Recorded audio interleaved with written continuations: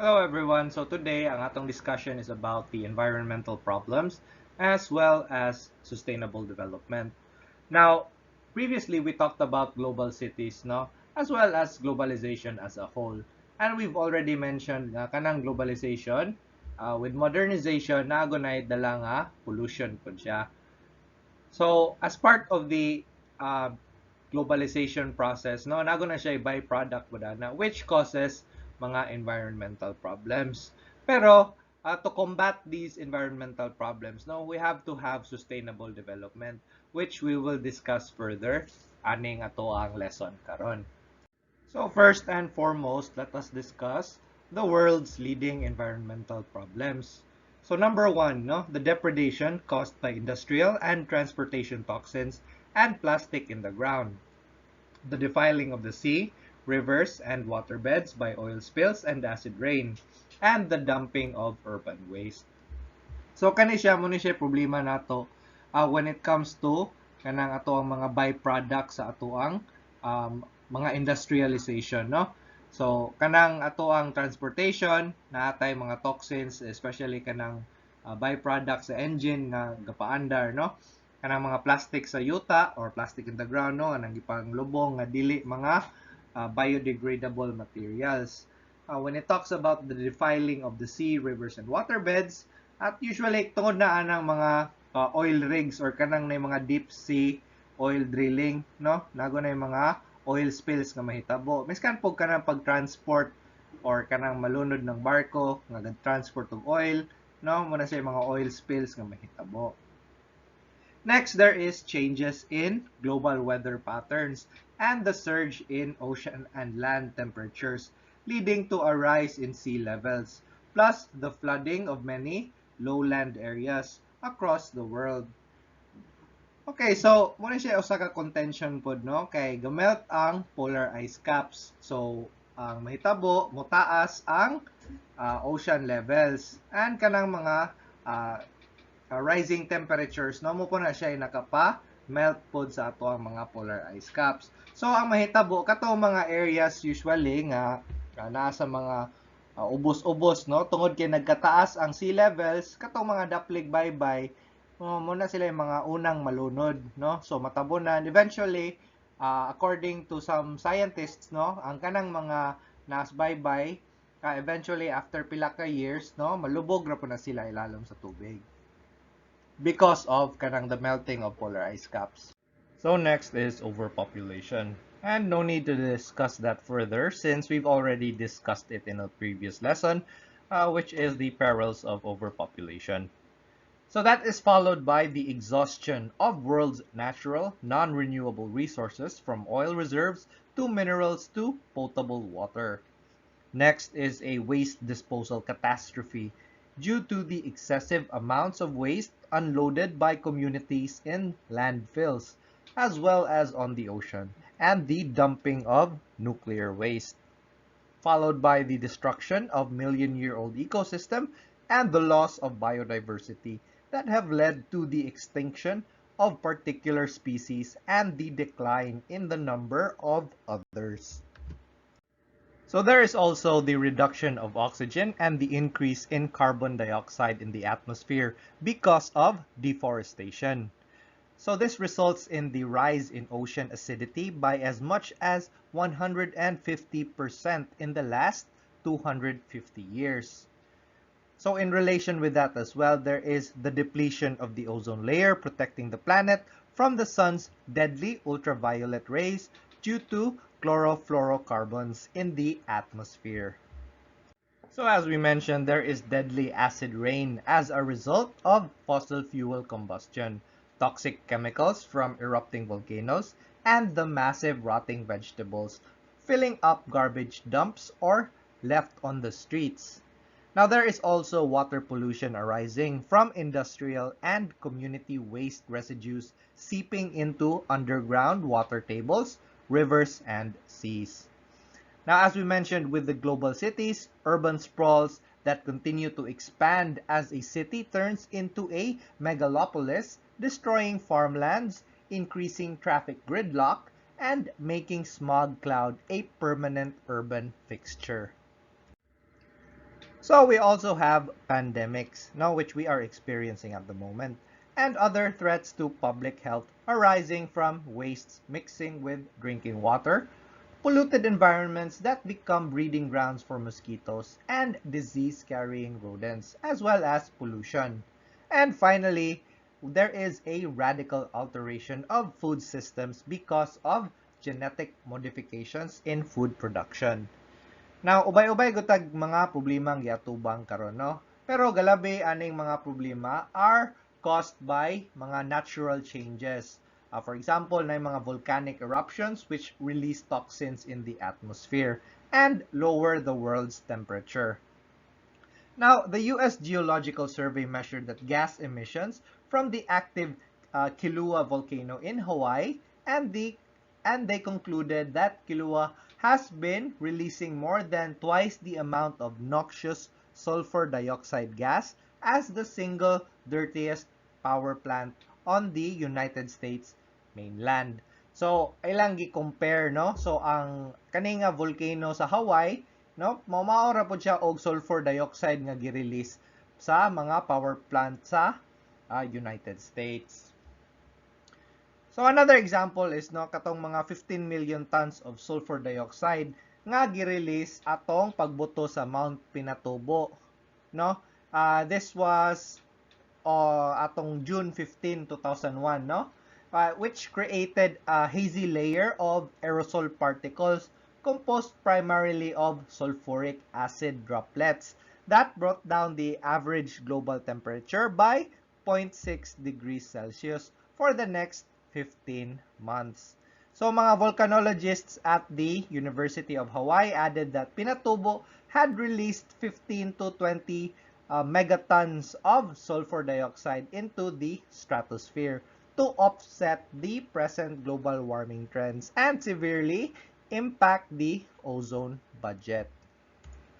So for now, ang ato sang i-discuss no is kaning mga man-made pollution or mga pollution nga ginama rapod nato nga kita rapoy mag-agwanta. So ang mga tao rapoy nagpagrabe aning ubang mga natural environmental problems, no? So for example, in Saudi Arabia, sandstorms combined with combustion exhaust from traffic and industrial waste has led the World Health Organization to declare Riyadh as one of the most polluted cities in the world. It is this quote-unquote human contribution that has become an immediate cause of worry. Now, coal fumes coming out of industries and settling down in surrounding areas contaminated 20% of China's soil, with the rice lands in Hunan and Zhuzhou found to have heavy metals from the mines, threatening the food supply. Now, Greenpeace India in 2015 reported that air pollution in the country was at its worst, aggravated by the Indian government's inadequate monitoring system. Furthermore, 94% of Nigeria's population is exposed to air pollution that the World Health Organization warned as reaching dangerous levels, while Gaborone, the capital of Botswana, is the seventh most polluted city in the world. The emission of aerosols and other gases from car exhaust, burning of wood or garbage, indoor cooking, and diesel-fueled electric generators and petrochemical plants are projected to quadruple by 2030. Waste coming out of coal, copper, and gold mines flowing out into the rivers and oceans is destroying sea life or permeating the bodies of those which survived with poison. So ang pinakadako nga copper mine no, in Malanjkhand in India discharges high levels of toxic heavy metals into water streams, while China, the tailings from operations of the Shaanxi Manqiao Ecological Mining Ltd, producing 12,000 tons of gold per year, have caused pollution and safety problems. So conditions in China have become very critical as the toxic byproducts of production processes are being produced much more rapidly than the Earth can absorb. So meanwhile, for over a century, coal mines in West Virginia, which is in the United States, have pumped chemical-laden wastewater directly into the ground, where it can leach into the water table and turn what had been drinkable water into a poisonous cocktail of chemicals. Now, this system goes back generations and could soon render much of the state's water undrinkable. So pollution in West Africa has affected the atmospheric circulation systems that controls everything from wind and temperature to rainfall across huge swaths of the region. The Asian monsoon, in turn, had become the transport of polluted air into the stratosphere, and scientists are now linking Pacific storms to the spread of pollution in Asia. So aerosol is tagged as the culprit in changing rainfall patterns in Asia and the Atlantic Ocean. So these climatic disruptions have similarly caused drought all over Asia and Africa and accelerated the pace of desertification in certain areas. Meaning ang mga deserts no nagkadagko na or nagkadaghan. So 20 years ago there were over 50,000 rivers in China, and in 2013 as a result of climate change, uncontrolled urban growth, and rapid industrialization, 28,000 of these rivers had disappeared. Now, tungod sa pollution, no, na compromise ning health sa mga tao. Now, according to an archived article in the journal Scientific American, ilang gibasol ang pollution nga ga-contribute kuno sa labi sa usa ka million of premature deaths each year at the cost of hundreds of billions of dollars, no? So the International Agency for Research on Cancer blamed air pollution for 223,000 lung cancer deaths in 2010. In Indonesia and Malaysia, the link between forest fires and mortality had been well established. The aforementioned coal mining in West Virginia has also made people sick, some with rare cancers, no? Kaning mga gagmayng bata nagka-kidney stone and they had premature deaths. And children born with congenital disabilities and adults having shorter life expectancy. Ang nabantayan po nila ani usually, no? Kaning mga pobre ang mga severely affected aning mga environmental problems. Now, usa po tungod kay na sila low income niya. Na po sila sa poverty, no? Disadvantage good para nila kay wala sila resources para makakuha og maayo nga healthcare. Unya, di po sila ka-afford mo puyoan ng mga unpolluted areas. Di sila kakaon og healthy foods, no? Etc. So, sa United States, a Yale University research team studying areas with high levels of pollution observed that the greater the concentration of Hispanics, Asians, African Americans rather, or poor residents in an area, the more likely that dangerous compounds such as vanadium nitrates and zinc are in the mix of fine particles they breathe. So one of the major ironies of urban pollution is that the necessity that the poor has access to are also the sources of the problem. Now, the main workhorse of the public transport system is the bus. However, because it runs mainly on diesel fuel, it is now considered one of the largest contributors to environmental pollution problems worldwide.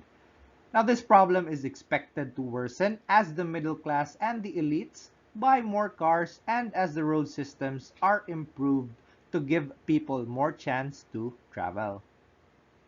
Now, the other mode of transportation that the poor can afford is the motorbike. According to the Center for Science and Environment in Delhi, India, two-wheelers form a staggering 75% to 80% of the traffic in most Asian cities. Motorbikes burn oil and gasoline and emit more smoke, carbon monoxide, hydrocarbons, and particulate matter than the gas-only four-stroke engines found in newer motorcycles. Finally, adding to this predicament is the proliferation of diesel-run cars. Now, these vehicles usually command a lower price because of their durability and low operating cost, and hence affordable to the middle class. However, they also release 4 times the toxic pollution as the buses. So governments have their own environmental problems to deal with, but these states' ecological concerns become worldwide due to global warming, which transcends national boundaries. Well, global warming is the result of billions of tons of carbon dioxide, various air pollutants, and other gases accumulating in the atmosphere. Now, these pollutants trap the sun's radiation, causing the warming of the Earth's surface. Now, with the current amount of carbon dioxide and other gases, this greenhouse effect has sped up the rise in the world temperature. Now, there is now a consensus that the global temperature has risen at a faster rate in the last 50 years, and it continues to go up despite efforts by climate change deniers that the world had cooled off around 1998.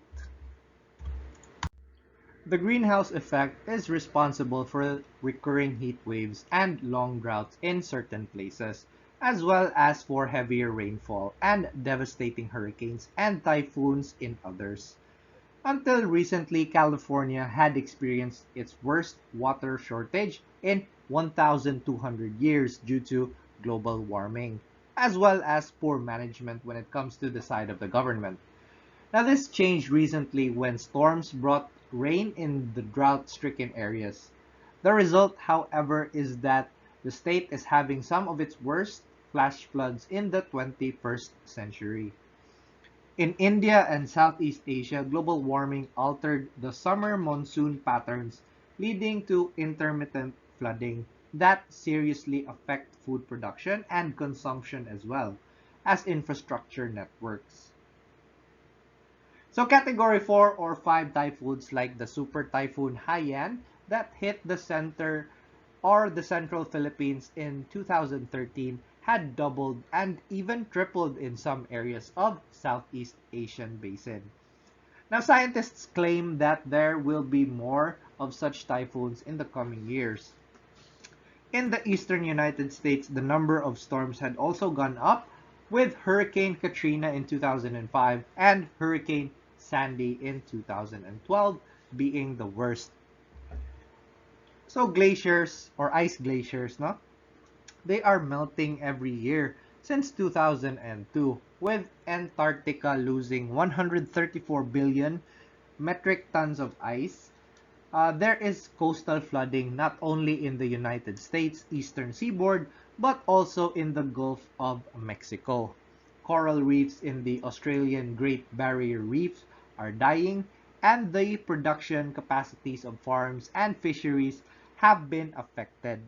Flooding has allowed more breeding grounds for disease carriers like the Aedes aegypti mosquito and the cholera bacteria. Since human-made climate change threatens the entire world, it is possibly the greatest present risk to humankind. More countries are now recognizing the perils of global warming. In 1997, 192 countries signed the Kyoto Protocol to reduce greenhouse gases, following the 1992 United Nations Earth Summit, where a framework convention for climate change was finalized. Now, the protocol set targets but left it to individual countries to determine how best they would achieve these goals. Developing countries lack the funds to implement the protocol guidelines, as many of them need international aid to get things moving. A 2010 World Bank report thus concluded that the protocol only had a slight impact on reducing global emissions, in part because of the non-binding nature of the agreement. The follow-up treaty to the Kyoto Protocol is the Paris Accord, negotiated by 195 countries in December of 2015. It seeks to limit the increase of the global average temperature based on targeted goals, as recommended by scientists. Unlike the Kyoto Protocol, which has predetermined CO2 emissions, CO2 emission limits per country, the Paris Accord provides more leeway for countries to decide on their national targets. It largely passed as international legislation because it emphasizes consensus building, but it is not clear whether this agreement will have any more success than the Kyoto Protocol. Social movements have had better success working together with some pressure on their governments to regulate global warming. So in South Africa, communities engaged in environmental activism to pressure industries to reduce emissions and to lobby parliament for the passage of pro-environment laws. Now, across the Atlantic in El Salvador, local officials and grassroots organizations from 1,000 communities push for crop diversification, a reduction of industrial sugarcane production, the protection of endangered sea species from the devastating effects of commercial fishing, the preservation of lowlands being eroded by deforestation up in rivers, and inconsistent release of water from a nearby dam. Universities also partner with governments in producing attainable programs of controlling pollution. The University of Chicago's Energy Policy Institute sent teams to India to work with government offices, businesses, and communities in coming up with viable ground level projects that strike a balance between urgently needed economic growth and improve air quality. So when these local alliances between the state, schools, and communities are replicated at the national level, the success becomes doubly significant.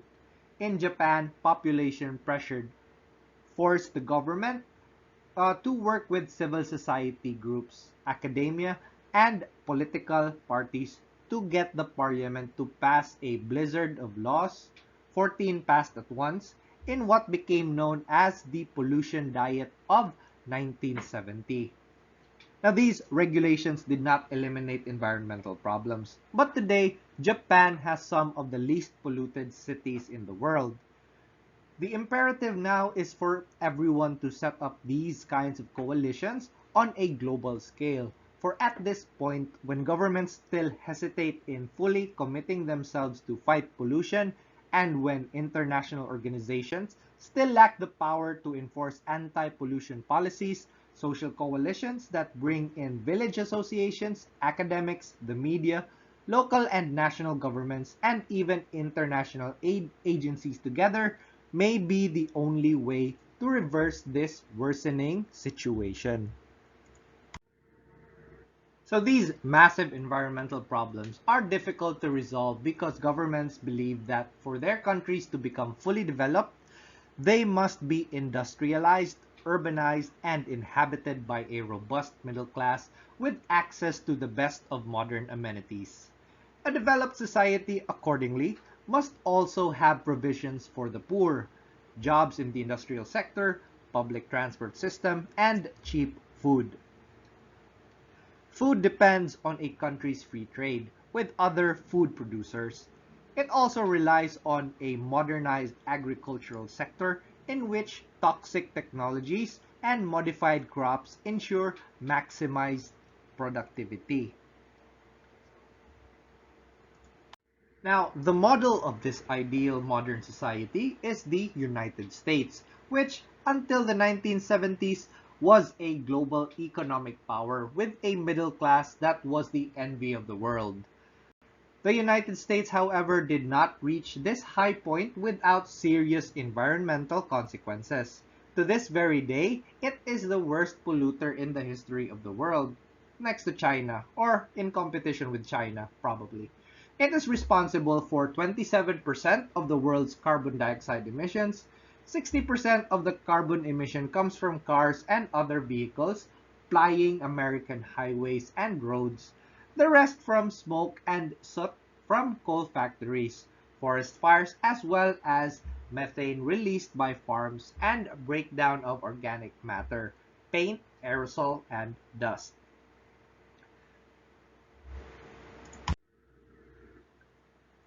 So these ecological consequences, however, are far from the minds of countries like China, India, and Indonesia, which are now in the midst of a frenzied effort to achieve and sustain economic growth to catch up with the West. In the desire to develop and improve the standard of living of their citizens, these countries will opt for the goals of economic growth and cheap energy, which in turn would encourage energy overconsumption, waste, and inefficiency, and also fuel environmental pollution. Now, with their industrial sector still having a small share of national wealth, these countries will be using first their natural resources like coal, oil, forest and agricultural products and minerals to generate a national kitty that could be invested in industrialization. So these extractive economies, however, are terminal economies. Their resources, which will be eventually depleted, are also source of pollution.